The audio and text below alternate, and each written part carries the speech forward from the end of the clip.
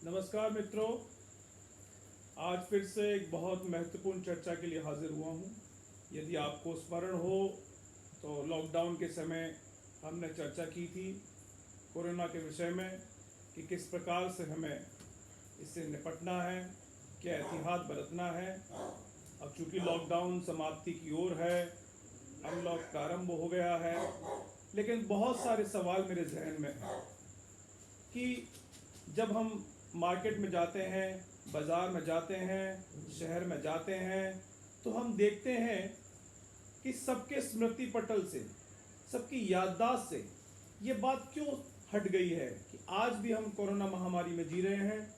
और आज जिस स्थिति में हम हैं, उसमें सोशल ट्रांसमिशन, सामाजिक संक्रमण की स्थिति है, बहुत विस्फोटक स्थिति है। क्यों आप भूल रहे हैं कि आज आप घर से बाहर जाते हैं, घर लौट कर आएंगे तो आपके परिवार भी संक्रमित हो सकता है। तो आज बहुत ज़्यादा आवश्यकता है एहतियात बरतने की।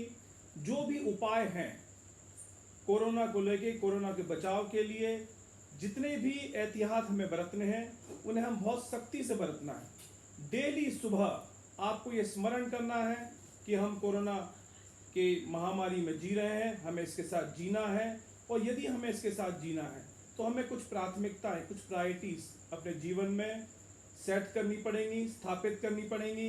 हमें देखना होगा कि यदि बहुत आवश्यक हो तभी हम बाहर जाएं, भीड़ में हम ना जाएं। और यदि किसी भी कारणों से अगर भीड़ में हम जाते हैं तो प्रयास करें कि सोशल डिस्टेंसिंग मेंटेन करें।